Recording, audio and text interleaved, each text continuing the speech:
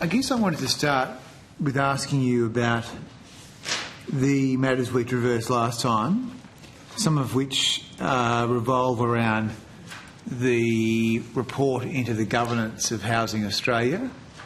So at the last estimates, you'll recall, you gave evidence that there was a $24,000 report that was conducted by, I think, a company called Intersection. That's right. Which looked at the governance issues inside Housing Australia. And you, from that hearing, took on notice our request for a copy of that report. So I guess my first question is, can you please supply the report? So, Senator, the Minister for Housing has made a public interest immunity claim over that report. It applies to the whole report. And I think our question on notice in relation to that refers to that public interest immunity claim, which applies to, as I said, the whole report. Okay. So you are referring to the Minister's right to advance a public interest immunity claim, which, for the millions of people who are watching this proceeding at home, sell yourself short. Will be means that effectively the government has decided that it will use a power available to it to stop the public reporting or production of that report. Have you provided that claim in writing? The public interest immunity claim was made in writing, yes, to the Senate. To the Senate through the Economics Committee. It was in response to the order for production of documents. Okay, that's a separate process. We've had this conversation before, Ms Anderson. Yes, I understand. There are separate processes which are available to citizens, which are then available to senators. This is a hearing of the Economics Committee, which has no direct relevance to OPDs or chamber activities. So we asked for the report on notice at the last estimates hearing. Is your answer that you, on behalf of the Minister, or the Minister is seeking to apply a claim of public interest immunity in response to the question?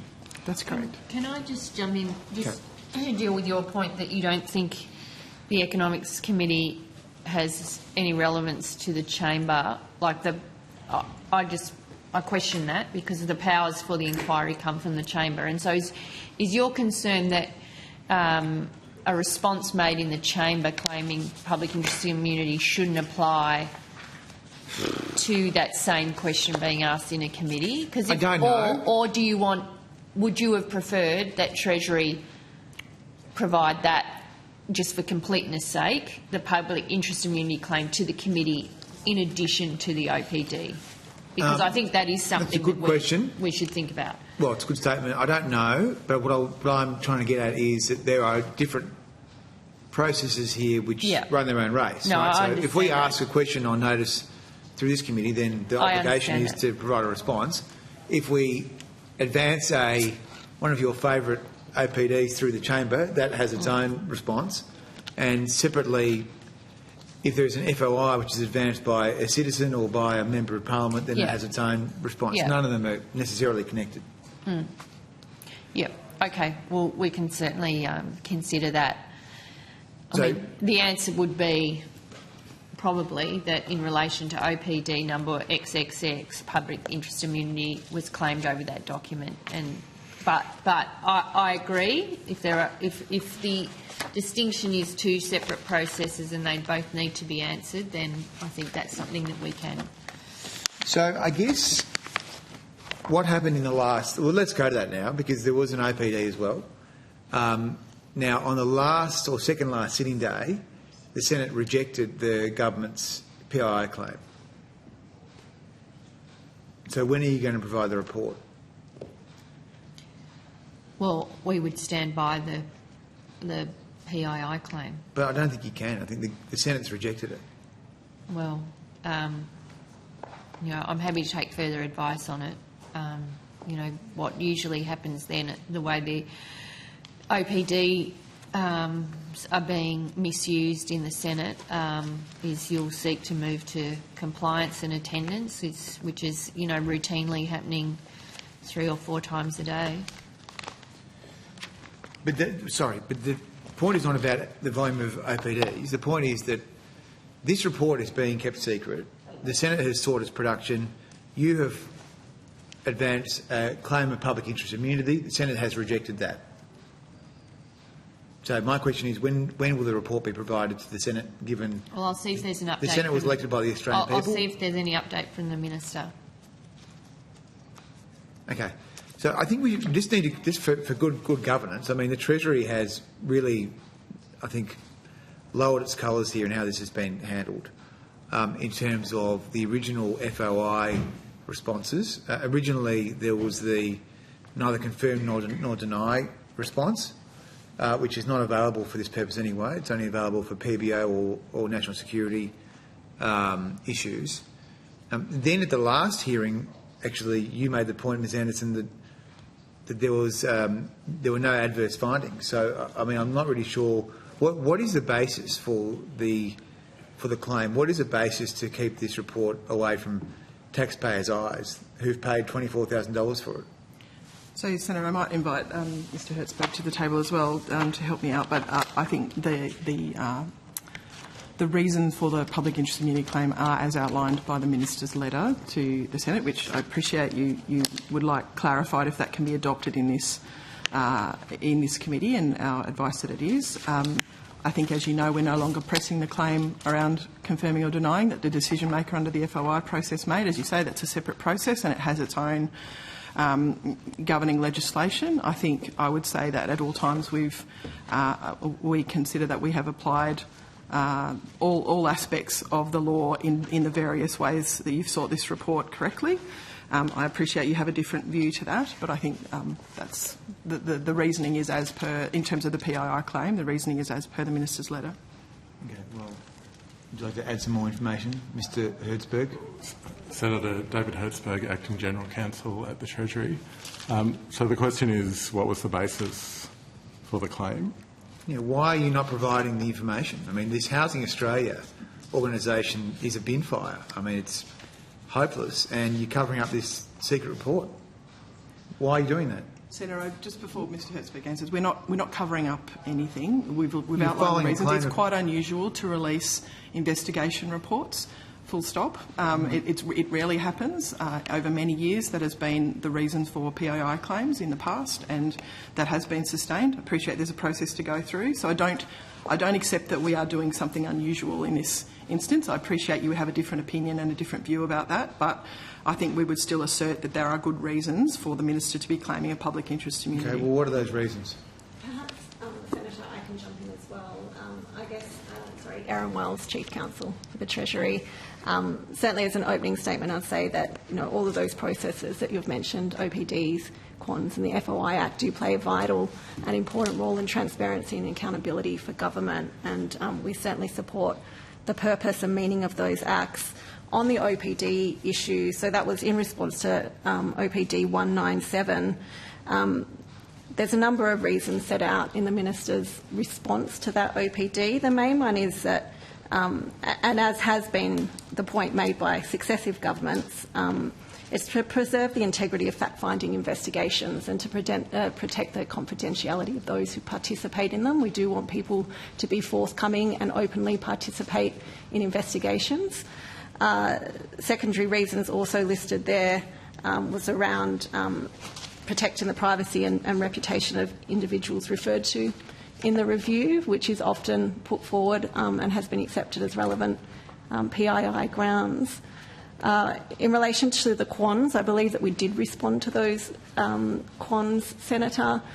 They cross-referenced the PII claim made by the Minister, so those have been actioned. And in regards to the FOI, I can confirm that we did write after the last Senate hearing, when those disclosures were made, to advise OAC that we no longer were making the claim of neither confirming nor denying, and we did update the record there as well.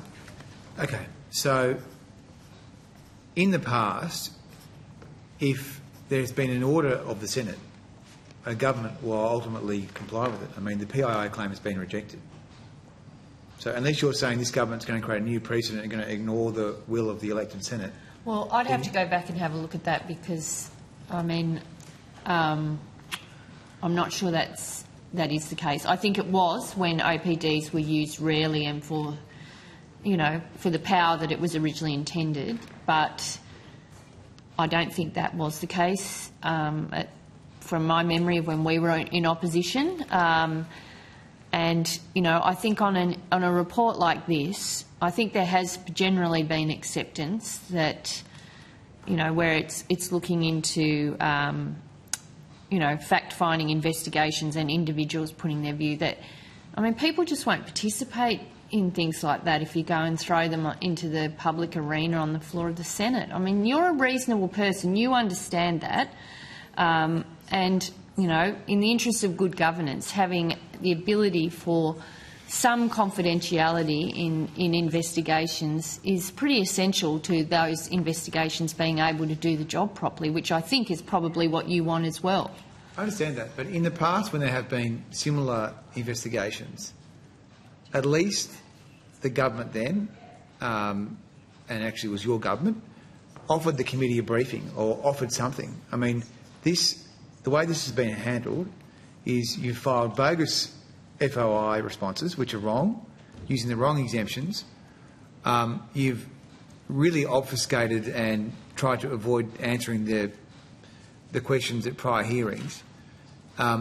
Finally, because there was some external pressure, you provided information to the media before you answered the FOIs or the Senate processes. I think, like, the basic assumption that people would have here is, well, the Senate has now rejected that claim, so either you provide the document in full or you provide with some redactions appropriate to take into account the sensitivities you have flagged. But, I mean, I don't think the option is available to you now to continue to obfuscate, given the Senate has ordered its production. I mean, otherwise we're going to have another Briggs report scenario. You have a longer question time or other measures.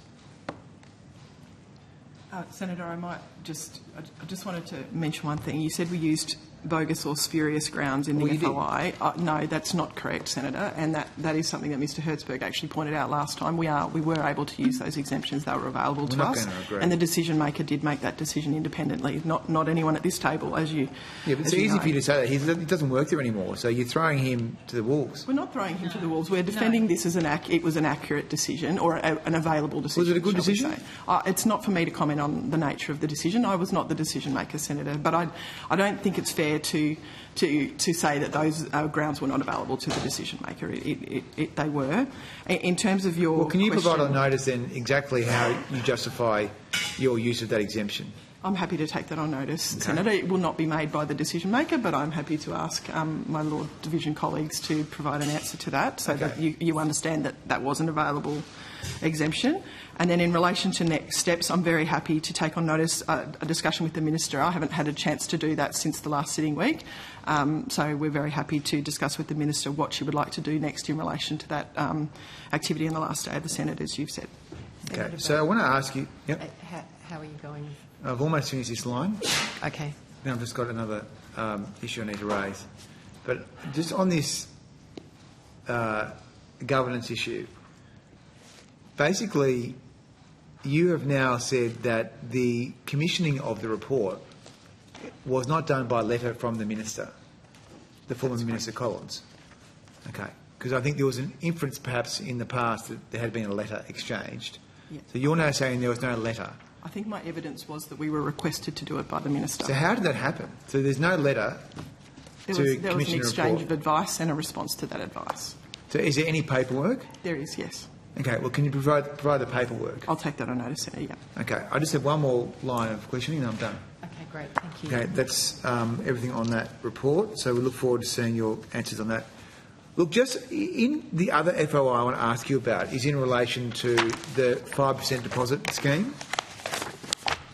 Senator, I think that FOI is being handled out. So we can answer general questions, but the decision makers in Treasury are not all in my group. They are in the groups that are responsible for the subject matter. So we should ask housing about that tomorrow? Yes.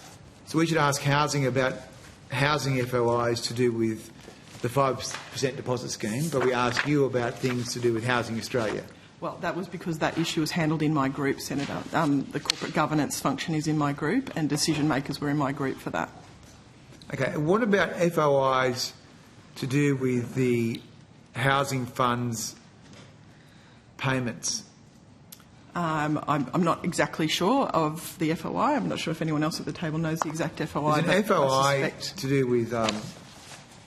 do with an organisation called Hester, which is a super fund, and you provided back dozens and dozens of pages that look like that, black redactions.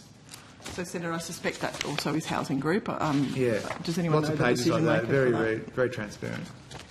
Well, you can talk to them about that. Great Senator. information. So, don't I ask you about that? Well, no, Senator, I'm not aware of that particular FOI. So, who do I ask that?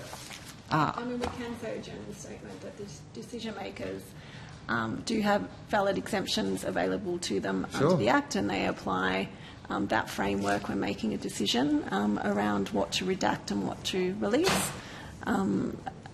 As my colleague has stated, the decision maker is not within our group. So, just so I understand, we're going to ask the right people. Who do I ask about those issues? So all housing FOIs would usually have a housing decision maker, with the exception of the ones that we've been talking about in relation to governance of Housing Australia, which were handled in my group. Senator, I might add that it's standard practice to apply an exemption through blacking out. That's what redacting is. And It's not very transparent, though, is it? well, that's how the decision is presented. So when an exemption applies, the decision maker will black out the relevant material. No wonder people are losing faith in democracy. That's a statement. Thank you very much. Thank you, Senator Bragg.